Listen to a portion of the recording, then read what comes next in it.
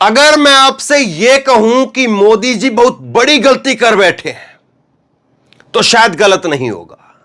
अगर मैं आपसे यह कहूं कि मोदी जी का दांव उल्टा पड़ गया है तो शायद गलत नहीं होगा। और अगर मैं यह आपसे कहूं कि भाजपाई ही अब मोदी को सजा देने के लिए तैयार बैठे हैं तो शायद गलत नहीं होगा। और ये सारी बातें किस आधार पर कही जा सकती है, इस बात को जरा समझिए। कैसे इस बार 5 राज्यों के चुनाव के अंदर नरेंद्र मोदी और अमित शाह की जोड़ी वो कांग्रेस पार्टी से नहीं, राहुल गांधी से नहीं, बल्कि अपने आप में लड़ती हुई दिखाई दे रही है। ये तस्वीर दिखाता हूं मैं आपको। ये वीडियो है, ये वीडियो आपको दिखाता हूं। ये वीडियो आई है राजस्थान से और राजस्थान के बीजेपी के अध्यक्ष सीपी जोशी, उनका पुतला फूका जा रहा है, उनका पोस्टर फाड़ा जा रहा है बुरी तरीके से। और संभवतः पहली बार ऐसा है कि राजस्थान में बीजेपी के अध्यक्ष के साथ में इस तरह से, उनकी तस्वीर के साथ में इस तरह से सलूक किया जा रहा है। बीजेपी चाहे राजस्थान की बात करिए, चाहे मध्य प्रदेश की बात करिए, जिन 2 राज्यों में बीजेपी कहीं दौड़ में दिखाई देती है, बाकी के राज्यों में बीजेपी दौड़ में नहीं है, यह सच्चाई है। छत्तीसगढ़ में बीजेपी दौड़ में नहीं है, तेलंगाना में तो बीजेपी 3 और 13 में भी नहीं है, मिजोरम के अंदर बीजेपी का कोई खास वजूद नहीं है। वहां पर एमएनएफ और जेडीएम की जरिए जो है वो बीजेपी वहां पर सरकार में शामिल होती है। बाकी मिजोरम में भी बीजेपी का कुछ नहीं है। लेकिन जिन 2 राज्यों में, राजस्थान में, मध्य प्रदेश में, बीजेपी को लगता है या चुनावी सर्वे के अंदर अलग अलग चैनलों में जो दिखाया जाता है कि नरेंद्र मोदी यहां पर कुछ कर पाएंगे, उनका कुछ करिश्मा है या उनकी कुछ रणनीति है, या उनकी तरफ से जो दिखाया गया है कि सांसदों को उतारा जा रहा है, मंत्रियों को उतारा जा रहा है, दिल्ली से लोगों को भेजा जा रहा है चुनाव लड़ने के लिए, यह दांव इस बार उल्टा पड़ता हुआ दिखाई दे रहा है। एक तरफ कांग्रेस पार्टी की तस्वीर आप देखिए। यह प्रियंका गांधी अभी 2 दिन पहले जब गई तो वहां पर प्रियंका गांधी बीच में खड़ी हुई है। पूजा की थाली वो सचिन पायलट ने पकड़ी हुई है। ये देखिए, जरा बड़ी करके तस्वीर में आपको दिखाता हूं। प्रियंका गांधी जो है वो पूजा की थाली यहां पर बीच में खड़ी हुई है और एक हाथ से उन्होंने भी पकड़ा है, और इधर जो है वो सचिन पायलट खड़े हैं। सचिन पायलट ने थाली को हाथ नहीं लगाया, लेकिन सचिन पायलट यहां पर खड़े हैं और अशोक गहलोत जो है वो माचिस से जो है वो दिया जलाने का काम कर रहे हैं, जोत जलाने का काम कर रहे हैं। और यहां पर इस तस्वीर के अंदर जो है वो आपको तीनों नेता जो है वो आपको दिखाई दे रहे हैं, प्रियंका गांधी, अशोक गहलोत और सचिन पायलट। अभी जो है वो राहुल गांधी नहीं पहुंचे हैं। राजस्थान में राहुल का जो दौरा है वो कम हुआ है। अब चुनाव को अगर देखें उस दौरान कम हुआ है, लेकिन राहुल का एक अलग तरीके का जो है वो स्टाइल दिख रहा है इस बार कि वो 3 दिनों के लिए मिजोरम गए, वहां पर यात्रा भी की, भारत यात्रा भी की, और फिर उसके बाद में रैलियां लगातार वहीं पर की, और 3 दिनों तक वो 24 घंटे के लिए वहीं पर रहे। और अब उसी तरह से जो है वो तेलंगाना में चले गए और तेलंगाना में भी 3 दिनों के लिए 72 घंटे तक वहीं पर रहे।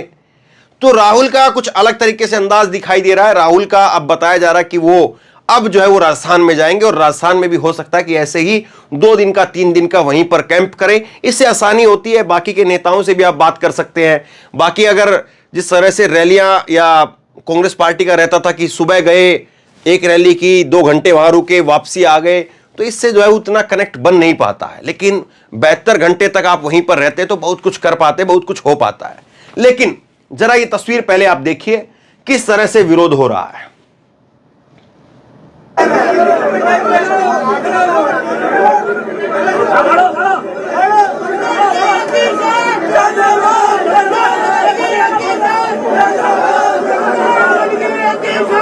फूका जा रहा है और पोस्टर को कैसे जो है वो लात मारी जा रही है। लोग लात मार रहे हैं, यहां पर देखिए, जूते मार रहे हैं, लात मार रहे हैं। देखिए, पैरों के नीचे डाल डाल करके फाड़ने का काम कर रहे हैं।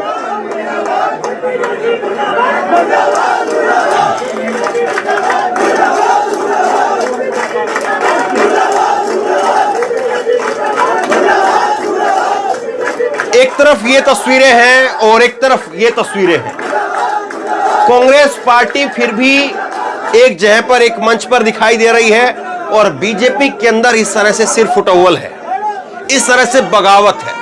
तो यह देख करके लगता है कि मोदी का दांव उल्टा पड़ गया है। यह देख करके लगता है कि इस बार मोदी बड़ी गलती कर बैठे हैं। और जिस तरह से स्थानीय नेताओं को दरकिनार किया गया, साइडलाइन किया गया, टिकटों में उनको जो है वो दूरी बना करके रखी, टिकट नहीं दिए, उसके बाद में ये जो तस्वीरें हैं ये अपने आप में गवाही दे रही है कि किस तरह की हालत है नरेंद्र मोदी जी की। राजस्थान में कहा जा रहा था कि सचिन पायलट की वजह से कांग्रेस पार्टी डूब जाएगी, सचिन पायलट बहुत उतावले हो रहे हैं। अशोक गहलोत के हठ की वजह से अशोक गहलोत अपनी कुर्सी को जकड़ करके पकड़ करके बैठे हुए हैं, कुर्सी छोड़ने के लिए तैयार नहीं है। कांग्रेस पार्टी ने अध्यक्ष पद तक का ऑफर दे दिया, लेकिन वो राजस्थान छोड़ने के लिए तैयार नहीं है और इसी की वजह से कांग्रेस पार्टी हार जाएगी। गहलोत और सचिन पायलट को लेकर के मीडिया के अंदर कई कई घंटे की रिपोर्टिंग हुई, कई कई घंटे के शो बनाए गए, तमाम तरह की बातें बताई गई, लेकिन चुनाव आते आते दोनों एक मंच पर भी दिखे, रैली में खूब भाषण भी दिया। सचिन पायलट खुल करके अशोक गहलोत की प्रशंसा कर रहे हैं, कह रहे हैं कि हमारे आप प्यार मोहब्बत जो है वो आपस का, अशोक गहलोत साहब का और मेरा अब मिसाल बन चुका है। दूसरी तरफ चुनाव आते आते क्या हो रहा है बीजेपी के अंदर, यह स्थिति आपके सामने है। अब ये तस्वीर क्या कहती है, ये रुझान क्या कहते हैं, ये ताजा हालात क्या कहते हैं, ये आप खुद अंदाजा लगाइए। अब इसके बाद देखिए, बीजेपी को लगता है कि कोई खास फर्क नहीं पड़ेगा इन सारी चीजों से और हम कांग्रेस के बारे में कहते रहेंगे कि कांग्रेस में ये हो रहा है वो हो रहा है और लोग उसी को ध्यान करेंगे, उसी पर जो है वो कान लगाएंगे और उसी को सुनेंगे, उसी को देखेंगे।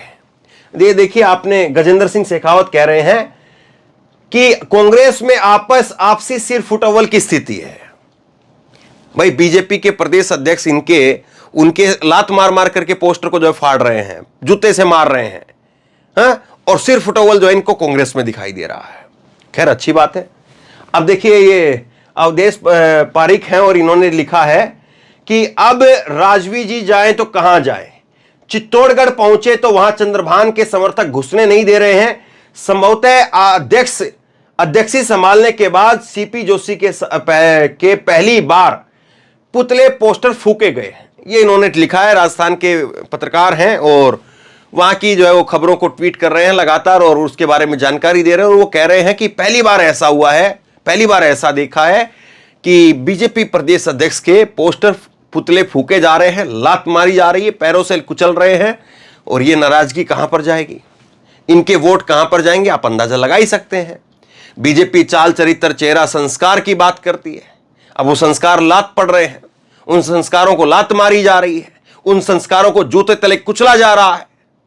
चाल चरित्र चेहरा गाली गलौच में बदल चुका है, आपसी में एक दूसरे के कपड़े फाड़ने पर तुलाए हैं, गनमैन तक को पीटा जा रहा है, यह स्थिति हो गई बीजेपी के अंदर। तो ये सारी चीज अगर आप देखेंगे ढूंढ करके टटोल करके, तो क्या वाकई अब मोदी जी को बड़ा झटका लगने वाला है, क्योंकि इस बार चुनाव मोदी जी के चेहरे पर है, इसलिए मोदी जी को याद किया जा रहा है इन चुनावों के अंदर। अगर चुनाव यहां पर वसुंधरा के चेहरे पर होता तो वसुंधरा के चेहरे पर जिक्र होता, वसुंधरा की फोटो होती, हम उसी पर बात करते, वाहवाही और जो आलोचना है वो वसुंधरा के नाम की होती। लेकिन यहां पर वसुंधरा पिक्चर में है ही नहीं, वसुंधरा का मोदी नाम नहीं लेते हैं, आंख मिलाने के लिए तैयार नहीं है वसुंधरा से, और अमित शाह जो है वो सीधे तौर पर नजरअंदाज करके निकल जाते हैं। तो फिर क्या कहेंगे आप बताइए, वसुंधरा 3 और 13 में कहीं पर है नहीं, तो वसुंधरा को बेकार में कहां पर जो है वो पलीता लगाया जाए या वसुंधरा को कहां पर जो है वो घेरा जाए या निशाना साधा जाए। उसके बाद देखिए, मैं आपको कुछ तस्वीर दिखाता हूं, अगर किसी को लगे कि केवल बीजेपी की बात हो रही है, विरोध तो कांग्रेस में भी हो रहा है, तो मैं आपको तस्वीर दिखा रहा हूं। बीजेपी और कांग्रेस के विरोध की आज की लिस्ट इन्होंने कल ट्वीट किया था और इन्होंने लिखा कि बीजेपी के अंदर विरोध हो रहा है।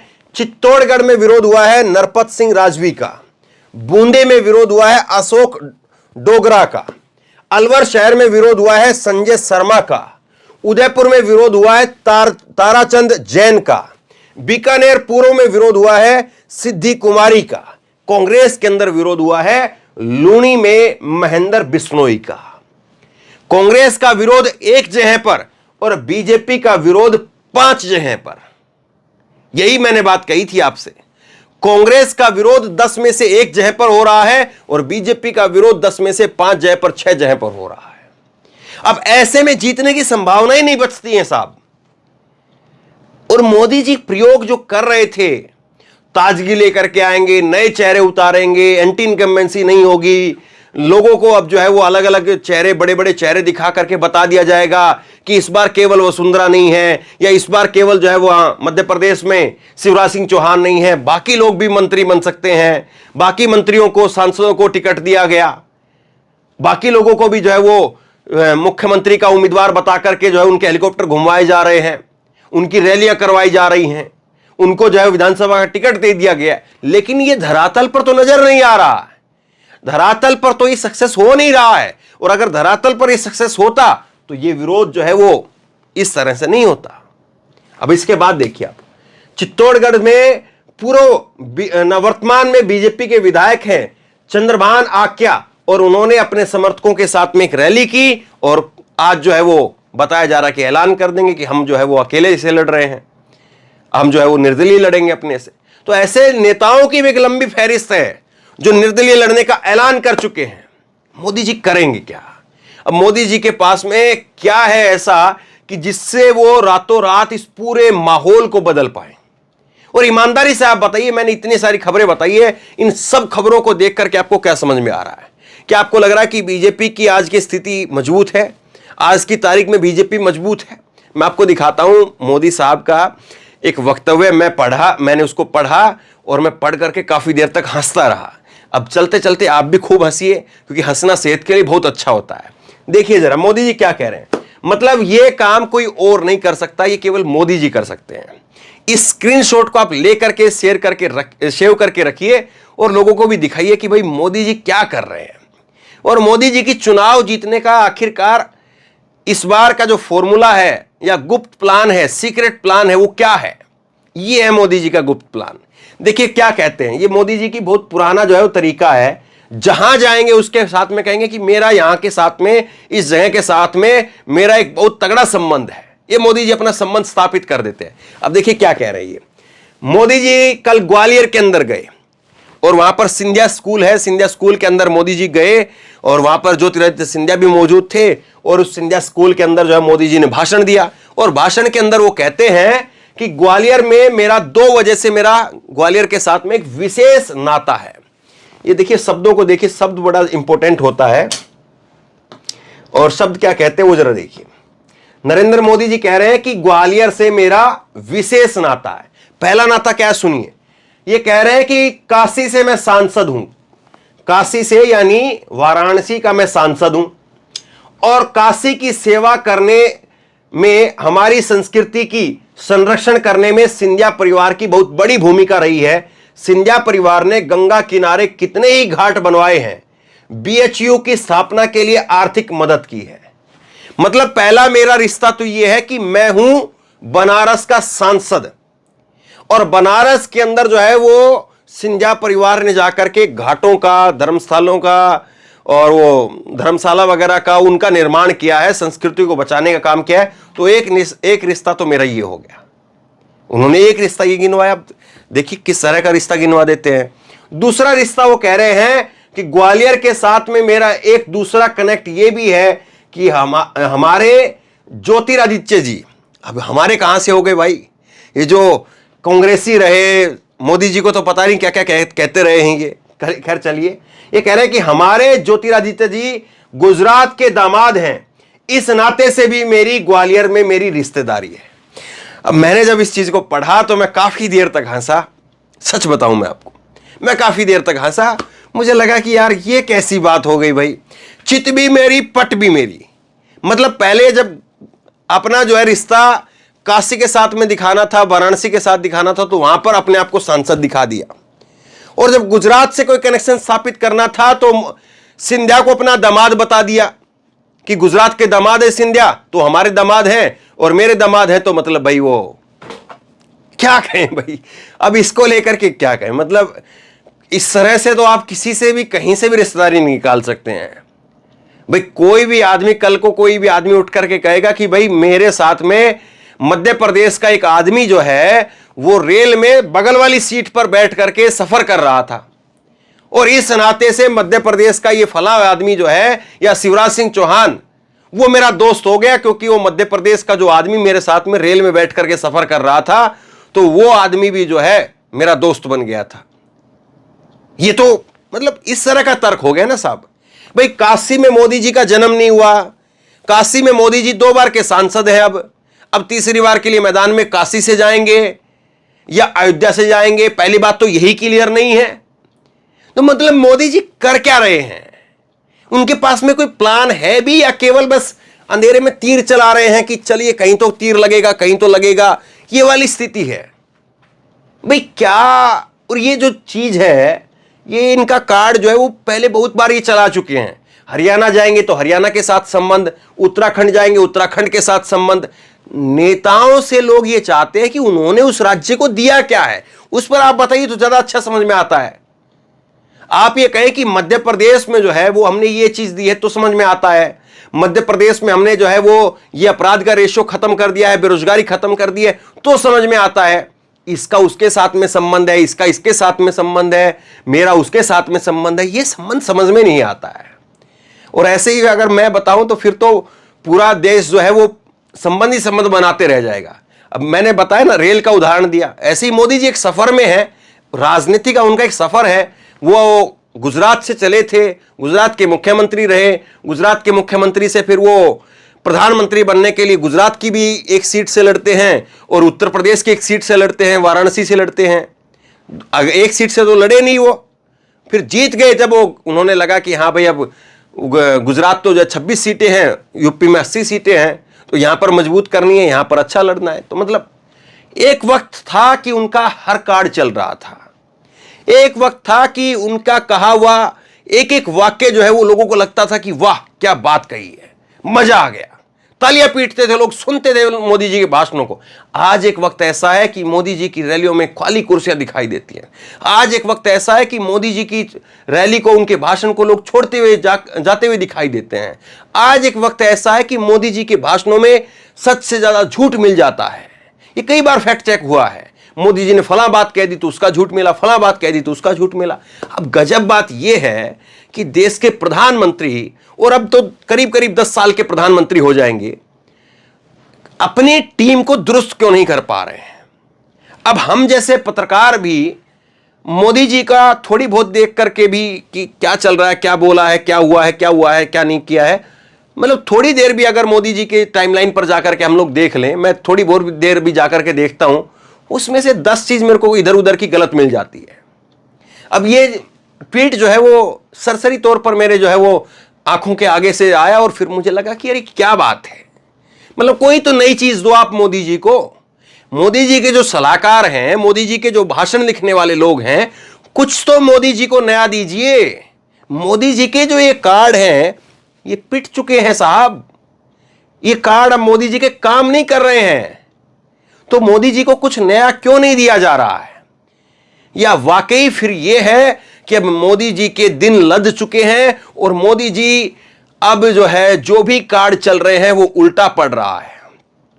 और जो शुरुआत मैंने की थी वहां पर अगर आप घूम करके जाएंगे, यहां पर अगर आप फिर से देखेंगे इस तस्वीर को, तो ये तस्वीर जो है ये बताती है कि मोदी जी का जो है जिस तरह से ग्राफ चढ़ा था उससे तेजी से मोदी जी का ग्राफ अब गिरता हुआ दिखाई दे रहा है। और अब मोदी जी को कोई और नहीं बल्कि भाजपा के नेता अब वही जो है वो हराने की तैयारी पर है। अब देखिए इसको कैसे, क्योंकि इस तरह का विरोध बीजेपी के अंदर पहले कभी नहीं देखा गया। बीजेपी पूरी पूरी सरकार को बदलती रही है, गुजरात में पूरी सरकार को पलट दिया, मुख्यमंत्री कैबिनेट सबको बदल करके रख दिया। इसी तरह से उत्तराखंड के अंदर किया और उत्तराखंड के अंदर तो 3 बार मुख्यमंत्री बदले गए, लेकिन किसी ने चू नहीं बोला, कोई नहीं बोल पाया। लेकिन यहां पर एक टिकट हजम नहीं हो रही है। अब एक टिकट भी अगर मोदी जी बदल दे रहे हैं तो उसको लेकर के विरोध हो जा रहा है, चाहे राजस्थान हो चाहे मध्य प्रदेश हो, जबरदस्त तरीके से विरोध है। और ये चुनाव, ये विरोध मोदी जी के नाम पर है। तो आप बताइए कि मोदी जी ये तो खुद 2024 से पहले अपने आप को जो है वो खाई में गिराने का काम कर रहे हैं। इस तरह का विरोध अगर है तो ये जाहिर सी बात है, ऐसा तो हो नहीं सकता कि प्रधानमंत्री को ना पता हो कि राज्यों की स्थिति क्या है और चुनाव में क्या कुछ हो सकता है। उनको बखूबी पता रहा होगा, उनको बखूबी रिपोर्ट दी गई होगी, इंटेलिजेंस की रिपोर्ट जरूर उन तक पहुंचाई गई होगी कि राज्यों के अंदर इस तरह से विरोध है, स्थिति अच्छी है या नहीं है। तो उसके बाद में भी मोदी जी ने जो ये रिस्क लिया है, क्या ये जो है वो मोदी जी को अब उल्टा पड़ रहा है? सवाल ये है। आप क्या सोचते हैं? नीचे कमेंट बॉक्स में लिख करके जरूर बताइए। इस वीडियो को शेयर कीजिए, लोगों तक पहुंचाइए और इसी तरह की तमाम खबरों के लिए ऑनलाइन न्यूज इंडिया को सब्सक्राइब कीजिए। साथ में जो बेल आइकन है, घंटी, उसको जरूर दबाइए ताकि जैसे ही कोई खबर अपलोड करें उसकी नोटिफिकेशन सीधे सबसे पहले आपको मिल सके। और अगर ये वीडियो फेसबुक पर देख रहे हैं तो फेसबुक पर हमारे पेज को लाइक कीजिए, फॉलो कीजिए और इस खबर को शेयर कीजिए। धन्यवाद।